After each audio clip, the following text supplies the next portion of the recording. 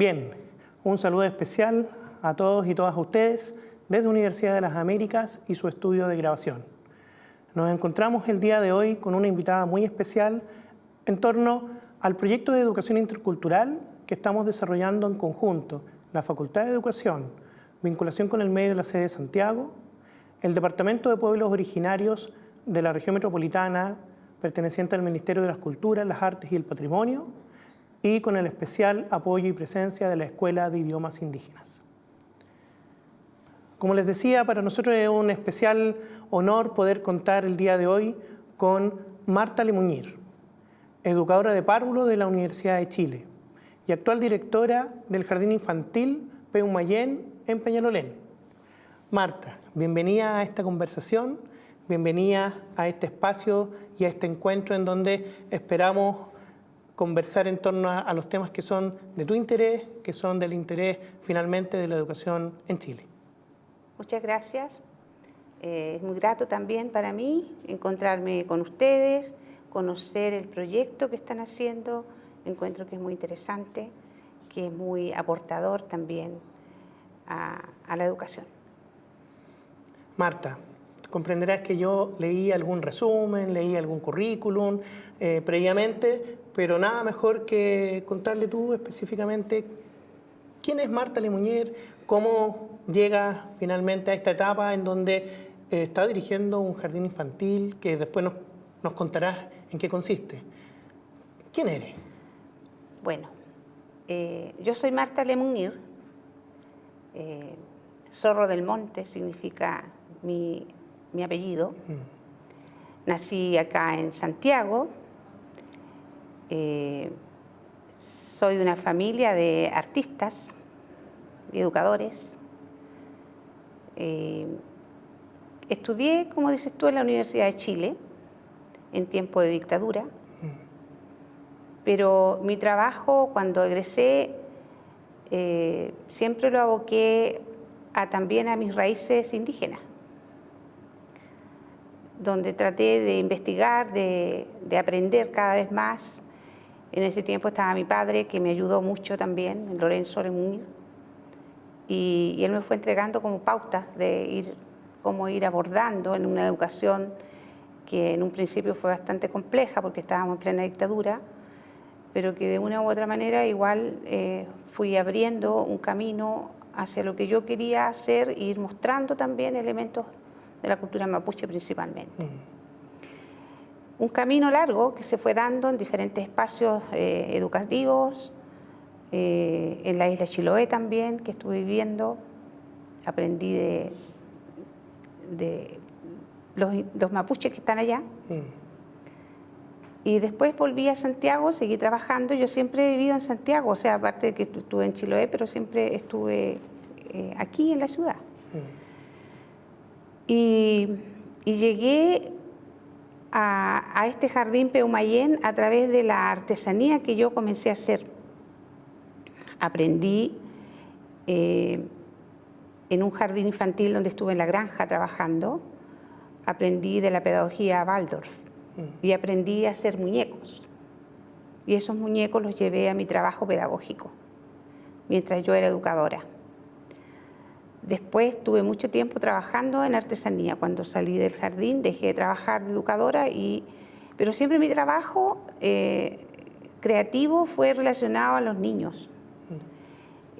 Hacía muñecos, hacía personajes de cuentos, pero no tenía como otro fin. En realidad no quería volver a educación. Estaba como decepcionada un poco de lo que estaba pasando con respecto a la educación. Pero llegué al Peumayén a través de mi trabajo artesanal, porque estaba en una feria indígena, yo en Cerro Blanco, exponiendo, y me encontré con una lamien que me invitó a participar en el Jardín Infantil Peumayén, que era un jardín intercultural que estaba recién construido y recién comenzando su trabajo intercultural, pero que en realidad faltaba iniciarlo porque las personas que estaban ahí tampoco sabían mucho de qué se trataba la interculturalidad. fuimos haciendo ese camino juntas cuando empecé a trabajar en el Peumayén.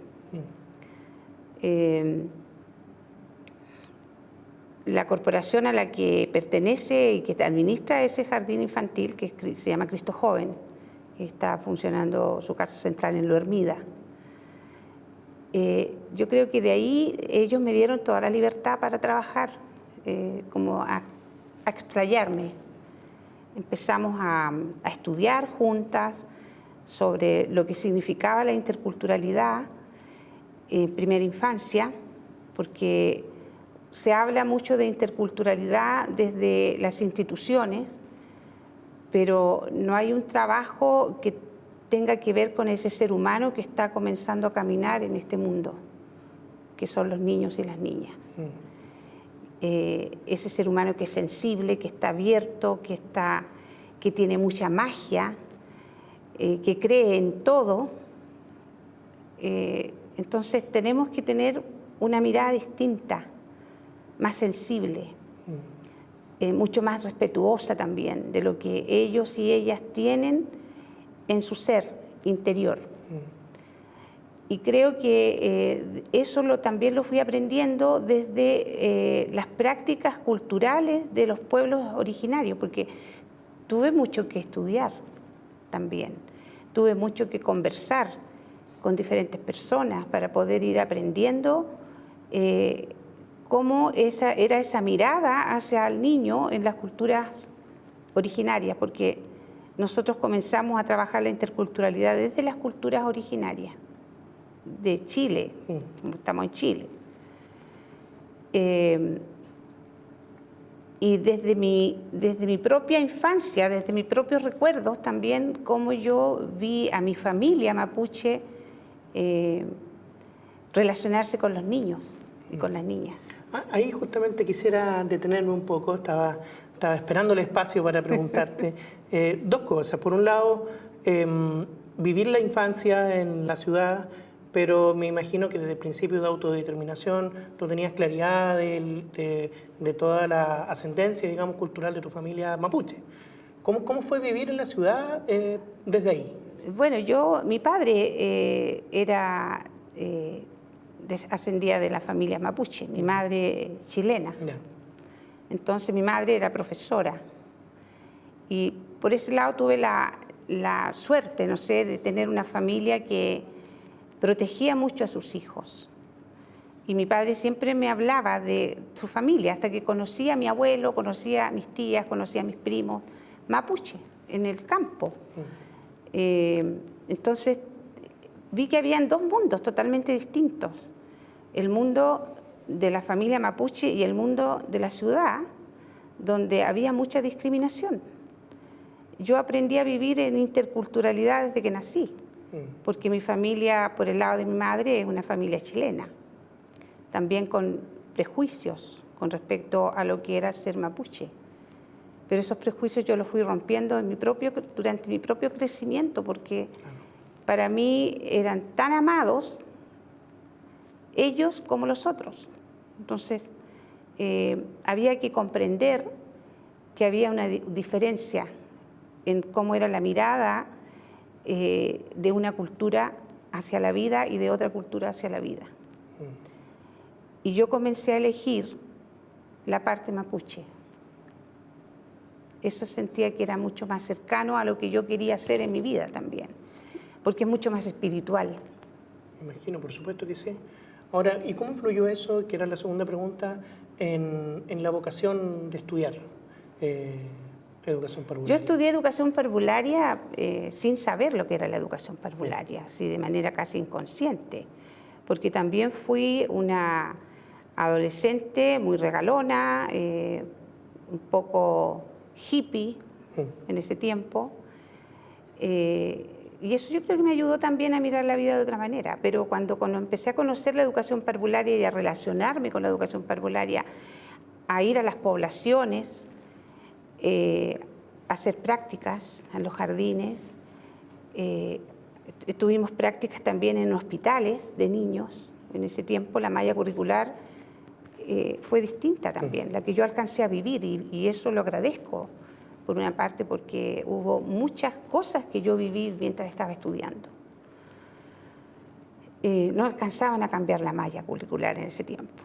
Claro.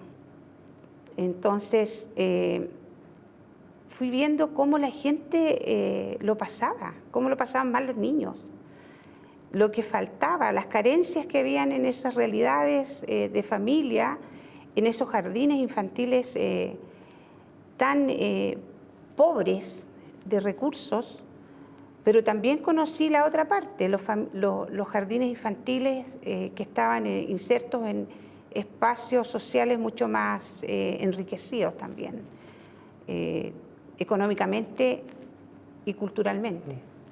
Entonces había una diferencia muy grande, muy abismante en realidad. Y cuando egresé, tuve la oportunidad de trabajar en espacios, en jardines infantiles particulares, pero al final accedí siempre por lo otro, trabajar más cercana a la gente.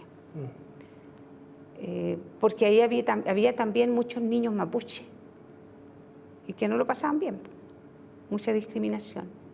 Entonces, por ese lado fui haciendo un camino, quizás un poco inconsciente, pero siento que estuvo bien el camino que elegí. ¿Sí? Ahora, qué bueno escuchar eso. Con ese camino, sin lugar a dudas, se ha forjado esta trayectoria ya de varios años en el área de la educación.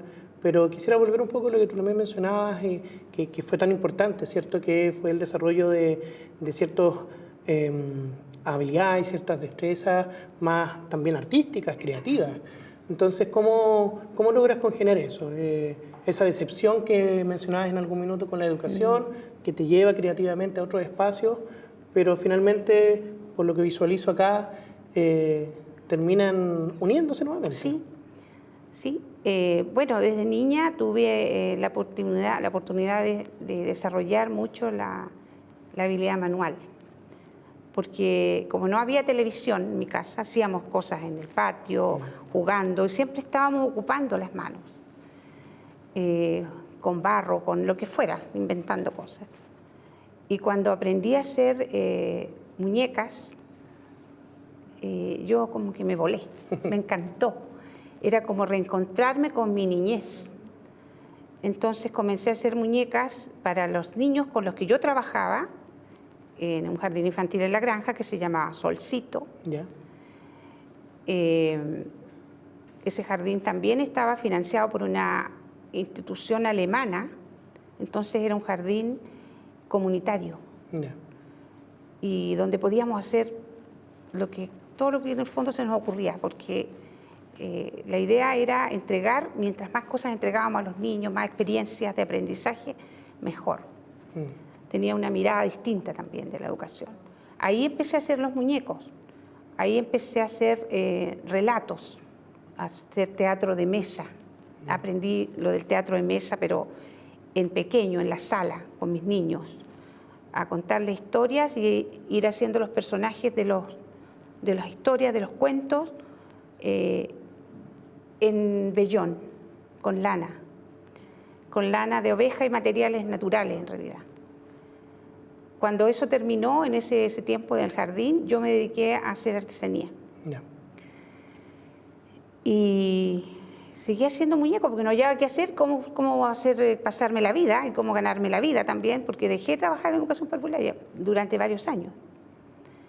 Formamos con un grupo de amigos y mi familia también, una agrupación de artesanos, una agrupación gremial de artesanos. Mira. Trabajamos con el Consejo de la Cultura. Fuimos una asociación que fue validada por el Consejo de la Cultura, con el Consejo de la Cultura para reconocer artesanos y certificarlos. Eso tuvo que haber sido un incentivo importante. Claro, trabajamos con Cercotec, con FOSIS, teníamos una feria, hicimos un montón de cosas. Así como, yo decía, pero qué rico igual el conocer el otro mundo, el mundo de los artistas. Participamos en un montón de agrupaciones que se hacían y de proyectos que había como para poder apoyar a los emprendedores, porque le pusieron ese nombre a los artesanos, y yo decía, son artistas. ¿Por qué le dicen emprendedores? ¿Por qué le dicen microempresarios? Son artistas que tienen miedo de esa palabra. Somos artistas. Pasó eso, entonces, en todo ese trabajo de creaciones, de feria, de ventas y de artesanía, surgió de repente, apareció el Peumayén en mi camino. Y dije, ya, pues voy a volver entonces, porque como no hay nada todavía instalado en este jardín, yo voy a... Para mí es más interesante porque puedo crear. Eso, disculpa, ¿en qué año fue? En el año 2011. 2011. En ese año empecé a trabajar de nuevo como educadora de párvulos. Y yo, cuando llegué a ese jardín y me hicieron una entrevista, yo dije, pero yo hago muñecos, ¿qué hago con ellos?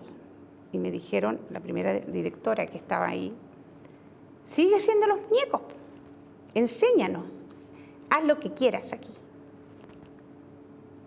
Y ahí ya... Qué buena recepción fue esa. Claro. Así que comencé a hacer muñecos en mi sala, porque trabajé como educadora primero en ese jardín, el año 2011. Nos reencontramos con la agrupación Folil Chaflayay, que es una agrupación mapuche que está en Peñalolén. Empezamos a conversar para poder trabajar en conjunto, apoyándonos mutuamente, ellos como agrupación mapuche y nosotros como jardín, como un centro educativo. Y ahí se fue dando todo, pues empecé a enseñarle a hacer muñecos a mis compañeras, empezamos a hacer más experiencias de aprendizaje que tuvieran sentido para la vida, como hacer pan con los niños, como cortar la fruta, como ordenar, como hacer vellón, hacer fieltro, y todo lo que uno hace como experiencias también en la casa. ¿Por qué? Porque los niños y las niñas que van a los jardines, sobre todo estos jardines públicos, porque este jardín es un jardín público, que es vía transferencia de fondos Junji. Perfecto. Entonces, están todo el día en el jardín infantil, desde la mañana hasta las 4:30 o hasta las 7 de la tarde a veces. Claro. Entonces, prácticamente no tienen experiencias de hogar, porque sus padres están trabajando. Y muchas de las familias que llegan a estos jardines son familias que viven en un ambiente social muy empobrecido, que no tienen recursos, a veces viven en piezas. Entonces hay muchas familias que vienen desde fuera de Chile y llegan a vivir donde pueden vivir nomás. Entonces esos niños lo que tienen es un espacio muy reducido, mucha televisión encima, mucho aparato electrónico y no tienen experiencias de vida. ¿Y cómo identificas tú que ha sido el aporte y el desarrollo de esos niños y esas niñas en torno a lo que tú haces, a estos recursos de aprendizaje? Ay, estos niños son maravillosos. Este jardín tiene 208 niños. Es un jardín grande, tiene sala cuna hasta alrededor de 5 años, nivel medio heterogéneo. Medio heterogéneo, claro. Claro, entonces vamos trabajando en torno a los ciclos de la naturaleza, primero, porque ¿qué es lo que une al ser humano con otro ser humano? A todos los seres vivos, la madre naturaleza. Entonces tomamos eso como un referente. ¿Qué nos une? Si habemos tantos distintos acá, pero ¿qué nos une? Es la naturaleza. Entonces ese es como nuestro trabajo principal. ¿Y qué podemos aprender de cada uno de nosotros? Que somos unos por acá, otros vienen de allá, con infancias distintas las familias, conversemos, qué podemos entregarnos cada uno, abrirnos para poder conocernos.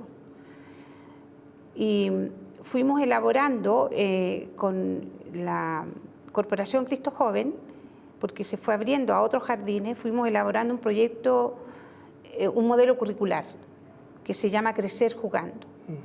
Porque los niños y las niñas tienen que aprender jugando, como todos deberíamos aprender así. Tener derecho al juego libre, a crear, a inventar, a imaginarnos cosas. Entonces, los espacios de la sala comenzaron a transformarse, a abrirse, a ser juego libre y no tener momentos de recreo y momentos de no recreo. Todo tiene que dar posibilidad al juego. Abrir las salas para que los niños tengan espacios tanto externos como internos. Entonces, estar jugando en el momento de juego tanto afuera como dentro y las adultas repartirse para que estén acompañando, no entorpeciendo ni ordenando lo que ellos tienen que hacer. Los niños tienen que fluir, así, fluir solos. Qué ganas me dan de llevar a mis hijos a ese espacio. Los voy a llevar en algún minuto. Yo lo que quisiera quizás profundizar un poco en torno a eso entonces es ¿qué es lo que vuelve un jardín, en este caso situándonos en esta etapa del desarrollo de los niños y niñas, qué es lo que vuelve un jardín infantil una experiencia intercultural? ¿Dónde crees tú que está el sello de la interculturalidad presente en estos espacios? Bueno, entendemos la interculturalidad como una relación simétrica entre las personas, una relación donde todos participan y todos se sienten incorporados y todos se sienten parte de ese espacio. Entonces, ¿qué es lo que tomamos de las diferentes culturas? Tomamos ya sea diferentes elementos que componen una cultura, las creaciones de las personas en relación a los niños, a las niñas, a la infancia, el juego. ¿Qué juegos podemos hacer con ellos? A los niños les encanta la música. ¿Qué música? ¿Qué podemos entregarles para que ellos aprendan distintas y conozcan diferentes expresiones musicales, por ejemplo? ¿Qué relatos? A los niños les encanta escuchar cuentos, ¿no es cierto? Entonces, tomamos relatos de las diferentes culturas en relación a los ciclos de la naturaleza, que se relacionen el relato con la cultura y los ciclos de la naturaleza. Y ahí se van creando esto. ¿Qué personajes pertenecen a los diferentes relatos? Vamos haciendo un trabajo que tiene que ver con la oralidad, porque las culturas originarias nos van transmitiendo su cultura a través de la oralidad, principalmente. Entonces, los niños y las niñas aprenden a hablar escuchando a otro ser humano. Y claro, hablando además de lo cotidiano, pero también entregando mensajes a través de estos relatos, entregando un mensaje de vida, porque cada relato tiene un significado, tiene un sentido hacia la vida. Va mostrando cómo somos los seres humanos. Quizás cada personaje es una parte de cómo somos nosotros los seres humanos. Entonces, para entregar un relato, nosotros primero lo leemos, vemos de qué se trata, cómo lo podemos entregar a los niños. No es llegar y tomar un relato en internet y hacerlo. Tiene que haber un respeto por a quién le vamos a entregar ese relato. Lo mismo pasa con los cantos, con los versos, con todas las expresiones que tiene el ser humano en el fondo, con cómo cocina, las comidas. Entonces, de esa manera vamos relacionando culturas distintas. No le vamos entregando como un parámetro de esto el mapuche, el aymara, el Rapa Nui, esto como en el fondo querían las instituciones que lo hiciéramos, sino que aprendamos a hacerlo juntos, con la familia. La familia tiene que trabajar con nosotros.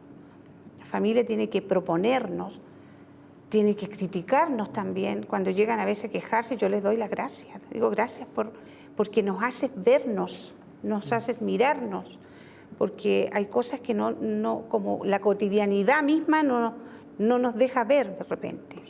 Y tú y ustedes son nuestros ojos también. Entonces llegan y conversamos, podemos conversar mucho rato, muchas conversaciones se dan ahí en el jardín, de todo tipo. Y eso es muy rico porque cada uno se van haciendo parte también y van participando.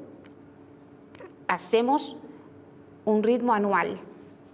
Y ese ritmo anual es el que nos va como organizando el tiempo después en la semana y en el día. El ritmo anual, por ejemplo, en el jardín comenzamos con la fiesta del encuentro, donde estamos los antiguos y donde están los nuevos. Y hacemos una convivencia con todos. Eso se hace al principio del ciclo, del año. Después hacemos en otoño un mingaco de otoño, donde todos ayudan a organizarse para recibir al invierno, como lo hacen los animales, como lo hacen los campesinos, como lo hacen los pueblos originarios. Se preparan para poder recibir a lo mejor una estación que es un poco más fría, que es más difícil. Entonces tenemos que preparar el jardín para el invierno. Después celebramos el Huiñol-Tripantu, que es la llegada del nuevo ciclo de la naturaleza, y ahí nos apoya la organización mapuche. Trabajamos generalmente con un educador de lengua y cultura indígena. Hemos trabajado siempre con un educador mapuche o educadora mapuche, que nos apoya en eso, en entregarnos elementos culturales de la cultura mapuche. Tenemos muchos mapuches en el jardín, hay como alrededor de un 40% de familias mapuche. Un gran porcentaje. Claro. También tenemos una cantidad importante de familias de la cultura quechua, principalmente vienen de Perú y la mayoría son del pueblo quechua. Ellos dicen muchas veces que son de Perú, pero vamos cavando, profundizando y resulta que vienen de sus familias antiguas, son quechua. Sí, qué interesante eso porque la sociedad hoy en día, especialmente en Chile, en Latinoamérica en general y en el mundo, está vivenciando experiencias migratorias muy grandes, ¿cierto? Hay movimientos, hay flujos que de una u otra forma van enriqueciendo culturalmente todo nuestro territorio. Y eso también sucede al interior del aula de clase. Claro. Claro, y la mayoría de las familias que emigran, por lo menos que han llegado a nuestro centro educativo, pertenecen a pueblos indígenas de distintas partes de Latinoamérica y afrodescendientes. También. Afrodescendientes que a lo mejor no vienen como los afrodescendientes que están llegando, que vienen de Haití, que vienen de Colombia, son afrodescendientes que ya llevan mucho tiempo viviendo en ese espacio, pero que tienen raíces africanas. Claro.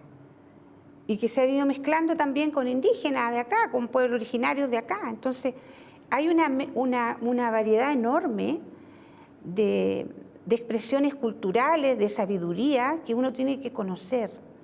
Y nosotros estamos en ese proceso de ir conociéndonos, de ir desarrollando una interculturalidad más crítica quizás, que venga desde la gente, no desde el Estado, no desde las instituciones mismas que nos dicen lo que tenemos que hacer.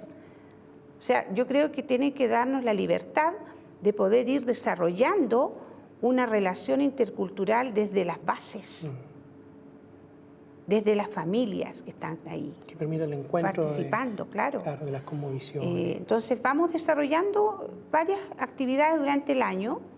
Ahora en agosto, por ejemplo, comenzamos desde el año pasado a hacer el encuentro andino y afrodescendiente en el jardín, con apoyo de personas que pertenecen a diferentes culturas, con las mismas familias que nos van entregando las pautas de cómo ir haciéndolo, donde ellos mismos se van realizando sus propias expresiones, sus propias danzas, lo que ellos quieran hacen, y sus comidas. Y ahí queda la escoba, porque felices mostrando lo que ellos saben hacer. Y compramos entre todos los ingredientes y ellos los mismos los preparan y hacemos una muestra gastronómica. Ha sido muy lindo. República Dominicana este año nos mostró sus danzas y su alegría, su energía impresionante. Hoy día tuvimos un encuentro con un dominicano que decía, nosotros somos muy alegres, somos felices. Y así pues vamos haciendo ese camino. Después celebramos la primavera, celebramos la fiesta de los pueblos en octubre, el solsticio de verano en diciembre. Dejamos de celebrar las fiestas patrias. Entiendo. ¿Me entiendes? nunca, o sea, en realidad nunca lo celebramos en el jardín, pero sí hacemos esta fiesta de los pueblos. Claro. No celebramos la Navidad, porque eso lo tiene que hacer cada familia como lo sienta. Y si no lo siente y no lo celebra, es cosa de ellos. Cada uno tiene, porque la religión es distinto a la espiritualidad. La espiritualidad yo creo que nos pertenece a todos, a cada uno. Y la religión es algo como más organizado, más establecido, no sé. Entonces, desde esa manera nos vamos liberando de un montón como de normas que han estado marcando la educación en Chile, y bueno, la educación parvularia también le tocó bastante. Sí. Entonces, yo soy educadora de párvulos y yo velo porque esos niños y esas niñas que están en nuestro centro, en el centro educativo que yo dirijo, tengan la oportunidad de fluir. Y las familias también, de sentir que ellos también tienen mucha parte que hay que escuchar a la familia. A mí me atormenta cuando nuestros niños que salen del jardín se van a las escuelas públicas. Porque ellos recién van a pre-kinder y a kinder y ya están escolarizados. Y siento que ahí hay un debe que tiene que tener también el Estado. Sí, ahí te iba a preguntar eso justamente, ¿cómo convive? ¿Cómo convive un proyecto, digamos, con tanto sentido, con tanta profundidad como lo es? Esa es nuestra parte más difícil, porque la escuela como que no mira a los que llegan y los que llegan, lo que traen los que llegan. Los niños desde que nacen nos están enseñando cosas, desde que nacen. Entonces uno tiene que mirar qué es lo que ellos traen, porque ellos traen muchas experiencias. Y no tener, ellos no sé, yo creo que uno no es el centro de la atención en la educación, el maestro o la educadora. Son los que están educándose. Por supuesto, uno es un facilitador, uno guía. debe acompañar el aprendizaje, uno debe acompañar a los que se están educando, a los niños y a las niñas, a los jóvenes, a los adolescentes. Uno no tiene por qué sentir que sabe más que ellos, y ellos nos pueden enseñar mucho más. Quizás detengámonos ahí 2 segundos en el rol docente, en este rol de educadores y educadoras. A propósito que estamos justamente acá en la Universidad de las Américas, donde tanto el proyecto en el cual estamos como otros tienen están situados finalmente en la Facultad de Educación, en la formación inicial docente. ¿Qué mensajes a esa Cámara ahí le daría a nuestros futuros profesionales, a nuestros estudiantes que están preparándose para el ejercicio profesional docente futuro? Yo pienso que un educador, sea del nivel que sea, tiene que conocer muy bien la naturaleza del ser humano, cómo se desarrolla, cuáles son las características que unen a los seres humanos, pero también lo que los divide, lo que los separa, las diferencias que tienen. Porque cuando uno conoce a los niños y a las niñas de manera profunda, yo creo que ahí el educador sabe lo que tiene que hacer. Pero yo creo que el Estado también tiene que dejar que los educadores fluyan, porque si está dirigiendo todo lo que tiene que hacer una persona que está educando, un profesor, una educadora, cualquier docente, le están diciendo todo lo que tiene que hacer, no lo deja tampoco crear. Y un educador tiene que ser un creador. Un creador, porque nosotros somos creadores de la educación, como educadores, como profesores. Y tenemos que fluir también, porque nos forman en una academia, en la universidad, pero en un instituto antes también, pero eso no es todo. Uno se puede ir enriqueciendo con las mismas experiencias que incluso uno ha tenido en la vida. Y eso mismo va ayudando también a ser más empático con los estudiantes, con los niños, a entender las realidades, a ser más sensible. Pero uno tiene que fluir también como educador. hay que dejar que los adultos, los educadores también puedan desarrollar sus propias formas de entregar la educación. Yo creo que las instituciones que forman profesores y educadores en general tienen que entregar las herramientas para que esos educadores vayan cultivando su propio ser, su propio trabajo. Mira. Más que entregarle las pautas. Entiendo. ¿Me entiendes? Sí, sí.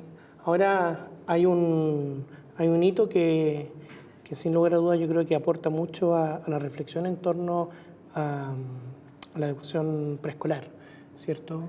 Acaba de ser premiada con el Premio Nacional, ¿cierto?, de Ciencias de la Educación, una educadora de párvulos. María Victoria Peralta. Así es. ¿Qué te parece eso? Yo lo encuentro maravilloso porque que las educadoras de párvulos siempre nos hemos como reconocido, varias veces conversamos entre nosotras con diferentes educadoras de párvulos de distintos espacios, como hemos sido muy mal interpretadas, muy poco valoradas por la sociedad en sí. Es como que la educación con los niños pequeños fuera poco importante. Después es más importante, a medida que crecen. Y María Victoria Peralta yo la tuve también como maestra en algunas ocasiones. Entonces la conozco y valoro también su trabajo, su dedicación. Me alegro que ella haya sido reconocida. Quizás deberían haber más reconocidas también.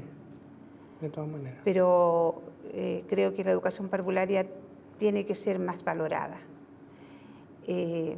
Somos las profesionales, yo siento que somos muy maltratadas por la sociedad y por el Estado. Los trabajos que tenemos son demasiado extensos. No tenemos tiempo para reflexionar, sobre todo las que trabajamos en servicios públicos, para dedicarnos a hacer un trabajo más profundo con los niños y las niñas, porque están todo el día, hasta todo el día con niños y niñas, y todo el año prácticamente, no hay descanso. Entonces, y a veces por turnos, porque incluso han querido que se alarguen los turnos en atención de niños. Entonces, ¿dónde está la preocupación por la familia y por esos niños? Porque esos niños tienen que tener derecho a estar en una vida de hogar también, no tan institucionalizados. Yo, por mí, como educadora de párvulos, las salas cunas no deberían existir. ¿En serio? Porque un niño pequeño debería estar cobijado en su familia. Pero como los trabajos son tan intensos y tan extensos, las horas de trabajo, no pueden. Entonces, hay que darle más importancia a la educación parvularia para que esa educación parvularia sea de mejor calidad, porque tampoco todos los jardines funcionan quizás con la conciencia que nosotros como jardín tenemos, o como la corporación, en este caso Cristo Joven, que se ha preocupado de desarrollar un modelo curricular centrado en el juego principalmente, en los derechos de los niños y en los derechos humanos. No todos son así, esa es la verdad. Claro. Y eso es triste. Claro que sí. Ahora, con ese, me imagino que tremendo desafío que nos deja tus palabras, tu mensaje en torno a la educación del siglo XXI, ¿cierto? A la educación que estamos forjando entre todos y todas de una u otra forma. También hay un mensaje esperanzador, que finalmente es tu propia experiencia, tu propio relato. Claro, porque yo soy educadora de párvulos, pero también soy creadora, pues he trabajado en teatro de mesa, he hecho exposiciones. Cuéntanos un poco de teatro de mesa y, por ejemplo, de los personajes que tenemos aquí hoy día. Bueno, ellos son personajes de 3 relatos que yo he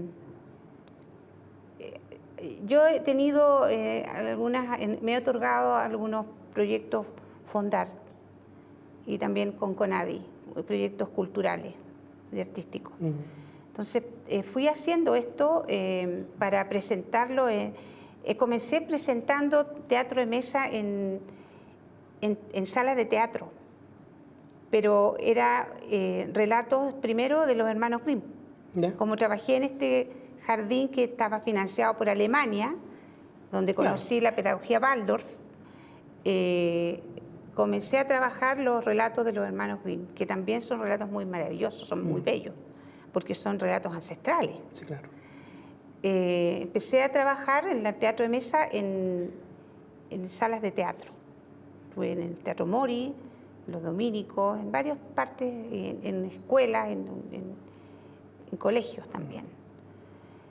Y después empecé a rescatar relatos mapuche. Tengo varios ¿cómo se dice? Como elencos con personajes de relatos mapuche y que los conté en el jardín donde yo trabajo. Hicimos en la ruca, porque el jardín tiene una ruca también, una pichirruca. Ahí dentro de la ruca se hizo un escenario y donde ahí contamos los relatos para los niños. Después eso lo contamos a otros jardines infantiles. Y este que está acá es un relato que se llama Historia de los delfines. Es un relato de la cultura Selknam. Es muy bello, porque muestra la relación que tenían los Selknam con el agua. Sí. Que se sentían más seguros en el agua que en la tierra, Era una cuando había vital. tormenta, claro. Y muchos se transformaron en los delfines. Allá hay un relato donde no está la mapuche es de otro relato. Es de unos relatos que rescaté de un libro que tiene Sonia Montesinos sobre relatos de pájaros. Hermoso relato, sí. Claro, entonces tomamos uno que se llama ¿Por qué el picaflor se puso pequeño?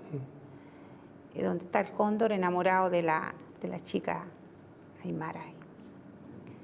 Y el otro es un relato que pertenece a la mujer, pertenece a un relato que se llama Guñelfe, que también es un libro de Margarita Canío, donde está mostrando cómo el lucero, que es Guñelfe, también se enamora de una mujer mapuche y se la lleva al Huenumapo.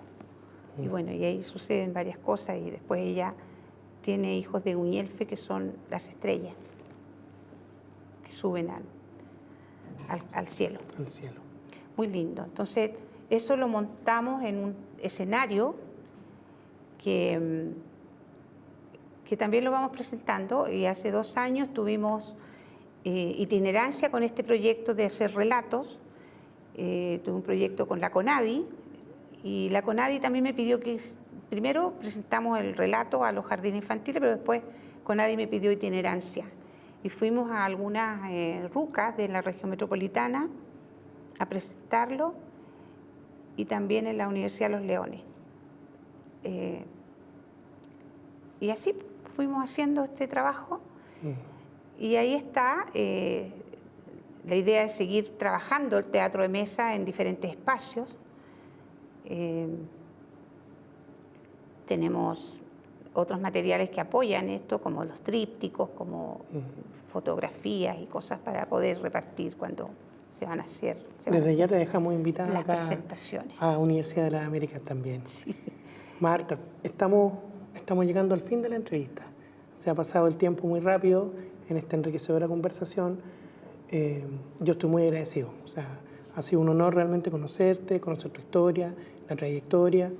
Y estos últimos minutos son para ti, para que puedas entonces redondear la idea, cerrar, entregar un saludo, un mensaje, finalmente, a todos quienes nos van a ver, nos van a escuchar después. Bueno, un saludo, un agradecimiento también por la invitación, por darnos la...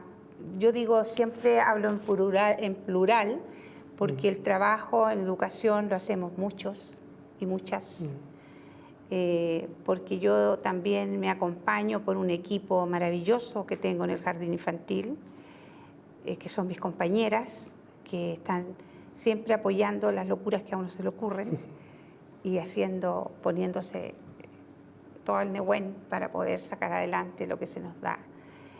Un saludo principalmente a los estudiantes de pedagogía.